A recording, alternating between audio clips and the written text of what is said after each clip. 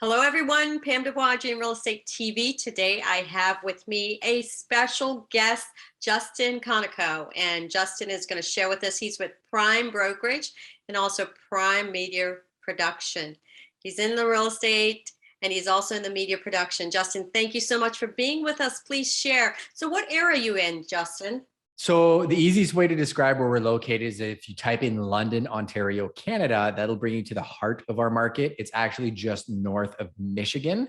So it's the closest Canadian city actually to the Michigan border, save for the smaller cities like Sarnia or Windsor. So we spend a lot of time in the States. Go to New York, I go to Florida, Tennessee, all of the Midwest states we're pretty tied into as well too. And we cover a pretty big territory. So Kitchener, Cambridge to Sarnia, Lake Erie to Lake Huron, if you're looking at a map.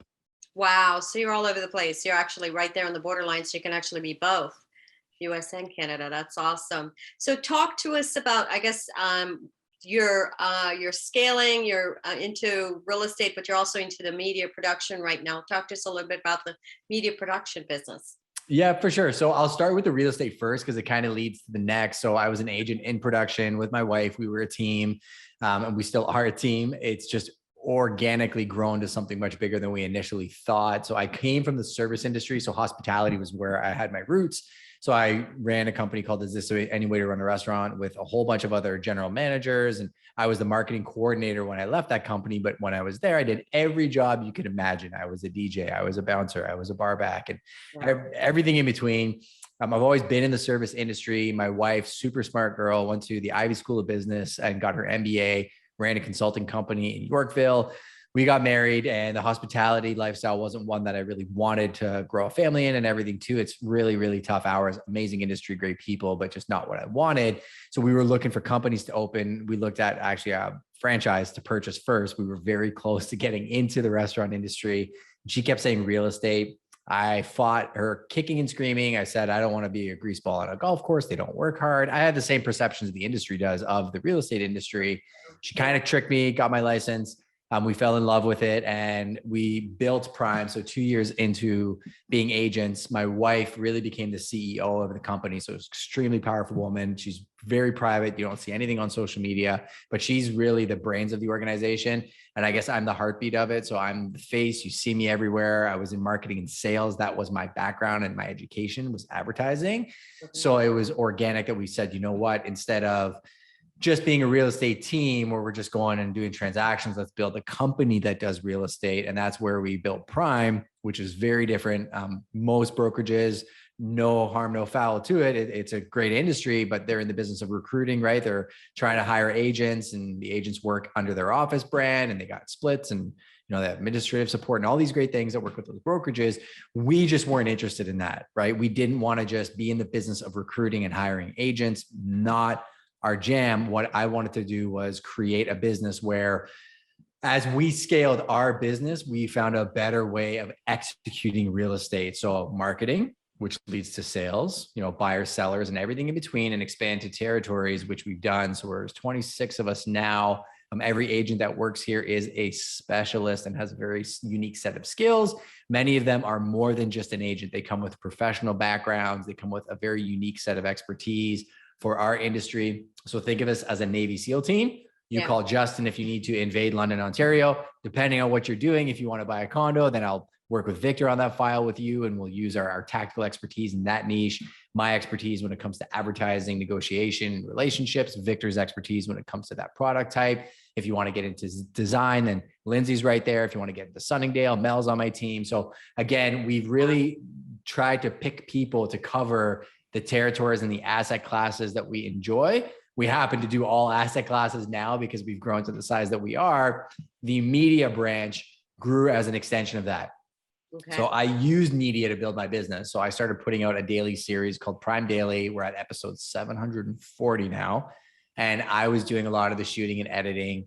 We're doing listing videos long before they were popular, using them to build brand and attract clients. And it worked. We were selling properties. Everybody told us we were crazy. We didn't have to waste the money, but we really built a database that now, looking back, we're so happy we did, because nobody can replicate the amount of data that we have from those videos. But as we kept trying to do new things, it became price imperative that I couldn't just hire a photography company to follow me around 24/7 or capture content or do stuff like this. So we started bringing in people, first independent contractors. We brought in some interns. It worked really well, but we also noticed there was a big turnover too, right? So they'd come in, they'd learn everything they want to learn, and then they go off to do their own careers. Hence, we formally built Prime Media Productions, put people on salary, and now it's grown to, we have a graphic designer, we have a production assistant, we have a creative director, we have an editor in-house, we have a marketing communications manager, and they create and deliver and execute and run advertising against the assets for our clients. Obviously on the real estate side, kill it in that space. Wow. But by proximity, we've had some law firms approach us, and now we're doing work for people in the legal space. We had people in hospitality and food services approach us. We've had people in fitness. We've had some conversations with some people from the NHL and some very different organizations that are looking to create content effectively and do it en masse. We only work by referral, so we don't typically advertise. It's usually word of mouth and through people that know the work that we do. So yeah, that's kind of the whole 30,000 foot view. Wow. That is awesome. I mean, what year did you actually start doing that? Oh, it was pretty early. I want to say 2016 was when I first got the inkling and started formalizing it. And my wife is very intelligent, and I fought her tooth and nail a couple of times. And every time she seems to be right, I had to kind of show her proof of concept first. So we bootstrapped it from the beginning. We were just paying per job and doing a lot of independent contracting to prove that the concept works. And we really, really hit the ground running actually during the pandemic. We doubled down on it when COVID started and said, like, everybody else is slowing down, let's ramp it up. And because we were an essential service, we were able to employ some people that maybe wouldn't have had employment prior and build the base of what we have today. Wow. Yeah, that's awesome. Because a lot of people are just now starting to do what you did way back when, right?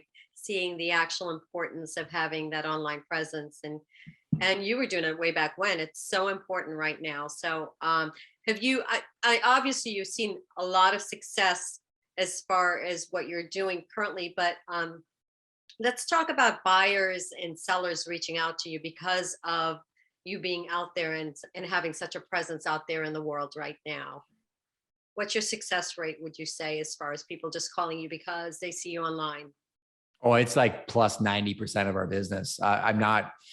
Okay, so if I look at it this way, we do a lot of effective advertising on our properties, and we have amazing people on our team that are phenomenal at responding very quickly, converting those to actual sales. But I would say like 90% of our business is we're not even really pitching ourselves, because people can follow the content. They know my character and the character of the people that work here. They see and understand the value that the media that we do has to their listings over and beyond the industry. Because here's my issue with where the industry is headed. Right? We're our own worst enemies because we're giving our information to companies that are using it against us, essentially, right? The tech stack is being built so quickly. And I want to be very cautious here and say, I'm not worried about any tech companies coming in and disrupting our industries, because I'm not in the same business as them, right? If my value offering to my clients is setting up a portal so they can find their own property, I open the door and get paid, then yeah, maybe I am worried. Or if my value proposition is telling them what that property sold for, I'm terrified, because that information is becoming public data overnight, right? And what's going to happen, and my buddy Zach Loft said this, so I'll give him credit, is what happens if Jeff Bezos turns around and says, I'm going to buy up, all of the major real estate brands, right? So the major companies, holding companies that own most of the retail brands that everybody knows today, and says, well, now I'm going to pay all the agents that work there 1% to work in a warehouse every time we get a deal, because I'm going to own the real estate market. That's a scary thought for somebody whose only value proposition is putting a sign on the lawn because the market's so good. Where I think the value that you asked me of that when it comes to buyers and sellers is those companies can't compete with me. Like, I'm saying publicly that Amazon can't compete with me, because Amazon, if all they have is data, wonderful. They can scale that. I can't compete with them and scale data. I can scale people. I can build relationships. Amazon can't do that. Right. So I can bring intangibles through my media, educating consumers, building rapport, building a relationship. So they don't have to worry about who Amazon's giving them from the factory. They can just say, hey, I'm going to call Justin. I know he knows his stuff, and I don't need to spend 25 hours vetting all these different agents to sell one of my largest assets, because I know he's skilled at marketing, sales, and negotiation through the content that I provide. Yeah, I mean, there's so much involved in a real estate transaction, right? And not just everything that you talked about, but also what about the negotiating part of it? Like, if, the 1%, you're not getting top of line, you're getting somebody that's actually in there, working, I don't want to say at their best or whatever, or not the best person out there, because you're talking just technology. They're only getting 1%, and you're not getting like the Justins out there basically that know it all. Basically, your negotiating skills are awesome, your marketing and everything like that, and that exceeds everything that your regular technology company is going to come out there and say, okay, 1% basically for just listing a property or whatever. Like, and I hate to mention names, but like the Redfins of the world, right? I don't Well, know. what I'll say to that though is we're in Canada, right? So Redfin doesn't exist up here. So what I'm going to do is I'll talk hypotheticals, because the situation I was explaining with Amazon, who isn't even a real estate company, is something that could actually happen. So when I said 1%, I was just throwing that out there as, hey, that's something that could happen. Amazon can come in and go down that route. But say we're not even talking about another brokerage, right? Because again, I'm not in the same business as them. If you were asking me, how much of an impact would your negotiation skills have on an outcome, I can quantify through data and case studies easily 2 to 3%. Easily. Like I just did a sale that recently, every single piece of data that's out there showcases I should have sold it for 100 grand less than I did. But because I put in way more work than I ever thought I'd have to on this listing, we achieved a number that was over $100,000 more than they would expect. And on that sale, I mean, that's like a 6% increase on what they could have gotten if they just put a sign up on their lawn and they weren't equipped to do that. Now, I even touch the marketing and the sales piece, right? Like what impact can marketing have on bringing more people to the property and potentially increasing the sales price of a property over and beyond what the market would bear? Easily, probably another 2 to 3%. My goal in this industry is to bring so much value and be transparent about how that value is brought to them that they want to pay me 10%. They don't really care what they're paying me because they're netting more money than they would if they just did it themselves. Yeah. Yeah. They're netting way more than they would have done normally. That's amazing. That's incredible. So, talk to us also. I know you're doing some things with social media sites and promoting out there. Let's talk for a minute about a property that you just listed and put on the market, basically, as far as advertising. What are you currently doing to advertise that property? Are you doing landing pages? How are you actually doing So your I'll walk you advertising? through a bit of the flow. So I was just talking to one of my agents about this. So we pre-market our properties. So when we get a listing agreement signed and we have an idea of what it is, this happens to be an off-market duplex, turnkey, beautiful property in a great area called St. Thomas. We'll actually just send it's called the 9-word email. So shout out to Dean Jackson. It's a very simple email to investors saying we have a turnkey duplex coming in St. Thomas. No price, not a lot of details, no photos. We send that to our entire investor database. So it just keeps them in the loop. They love those messages because most agents just set up the portal, right? We give them first access to all of our listings, hence why we have more people on our list than you typically would.